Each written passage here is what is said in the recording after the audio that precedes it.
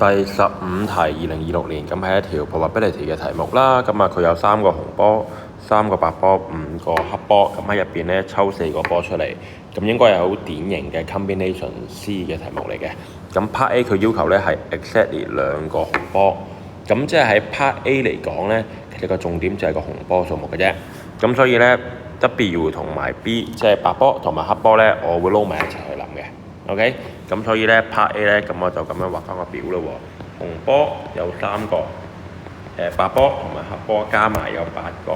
咁然之後咧，就喺呢度入邊咧要抽4個波出嚟，呢個係大前設嚟嘅。咁佢個要求係啲咩咧？佢要抽到 exactly 2個紅波。咁你唔可以唔理後邊嘅喎。2個紅波即係講緊白波同埋黑波加埋都要有2個啦。咁所以咧，你就可以咧直接寫翻條式啦。Required probability。分母即係講緊唔理個條件總可能性，就係3個加8個，即係11個波入邊揀4個。OK， 分子就係數翻有幾多個組合係滿足到佢 exactly 2個紅波呢個要求。咁個數法就係其實真係要3個紅波入邊揀2個紅波，跟住再乘埋8個其他波入邊都揀2個波。咁然之後咧撳計數機你就可以輕易做到 Part A 㗎啦，應該。小心啲撳啊！應該你會計到咧，轉埋份數55分之14，唔好寫小數喎，寫份數喎，因為個小數無窮無盡嘅喎。Part B 嗱 ，Part B 有難度㗎。Part B 佢個要求就係話咧，要係 exactly 2個紅波或者 exactly 2個白波。哇！咁即係今次咧就唔可以話將白波同埋黑波撈埋一齊咁樣做啦，因為咧。佢個重點就係要啱啱好2個紅波，或者啱啱好2個白波。咁當然啦，你2紅2白得唔得咧？咁喺數學嘅邏輯咧，雖然佢用我話咧，咁但係2紅2白都叫做滿足到是但一個條件都啱嘅。OK， 咁所以我嘅做法咧，有啲同學會嘗試諗下同 Part A 有乜關係。咁但係呢一題如果用 Part A 諗咧，有啲複雜嘅，因為 Part B 佢個條件都幾難理解嘅，就係要2個紅波。啱啱好，或者啱啱好2個白波，咁我就會咧，不如列出嚟試下先啦。即係除非太多 case，我哋先再諗啦。咁紅波、白波、黑波，3個、5個，要揀4個出嚟。OK， 佢個要求係啱啱好要2個紅波。咁首先我哋2個紅波先啦。咁如果有2個紅波，咁剩翻白波同黑波 total 2個。咁你唔可以撈埋一齊喎。OK， 咁。咪分開列咯，可以220咯，或者211咯，總之加埋要4個波啦，或者202咯。OK， 嗱咁列完一半咁滯㗎啦。咁因為佢唔一定係2個紅波就達標㗎嘛。如果你冇啱啱2個紅波唔緊要，你啱啱好2個白波佢都俾你過關。咁所以其實咧你仲有 case 嘅，就係2個白波。咁然之後咧。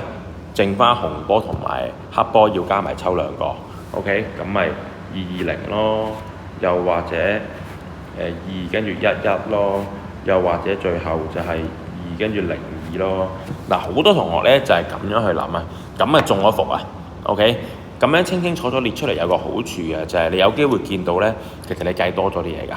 見面到第一同埋第4個 case 其實係完全一樣㗎，都係2個紅波、2個白波同埋1個黑波啊。咁所以咧，你應該要見到咧，其實呢度係唔需要計多次㗎。OK， 你冇理由數個可能性會計多次呢個位㗎。OK， 如果你計多次咧就錯咗㗎啦。OK， 咁所以呢題咧要好小心嘅。有啲同學咧就會分開計啱啱好2個紅波嘅機會，即係 Part A 啦，啱啱好2個白波嘅機會，應該同 Part A 個答案一樣嘅。如果你加埋佢咧，你就要減翻呢一個 case 嘅。OK， 如果唔係你會數多咗嘅。OK， 咁如果你咁樣列出嚟咧，其實你話5個 case 係咪真係好多咧？其實又唔係唔可以接受啊。雖然係花少少時間，但係咁樣清清楚楚列出嚟咧，其實你啱嘅機會咧就會大幅提升啦。OK， 咁條式我唔係好夠位啊。OK， 3C2 乘 3C2，5C0 咧寫唔寫得嘅？冇所謂嘅，因為5C0係1嚟嘅啫，再加 3C2 乘 3C1。5C1 再加 3C2 乘 3C0 乘 5C2， 咁每個 case 嘅組合加晒佢，陣間撳機都要小心啊 ，OK？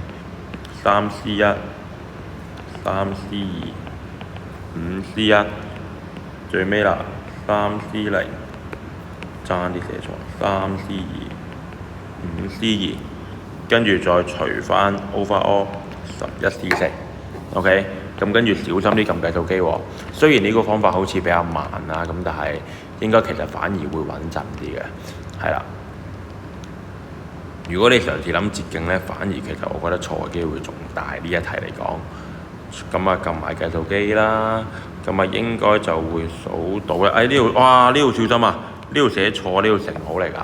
哇！如果你呢度咁樣真係錯咗咧，真係冇分㗎，因為佢話你調式錯啊，連答案分都唔俾你㗎。OK， 所以呢個位要好小心啊。咁你應該會計到最尾答案咧係53/110。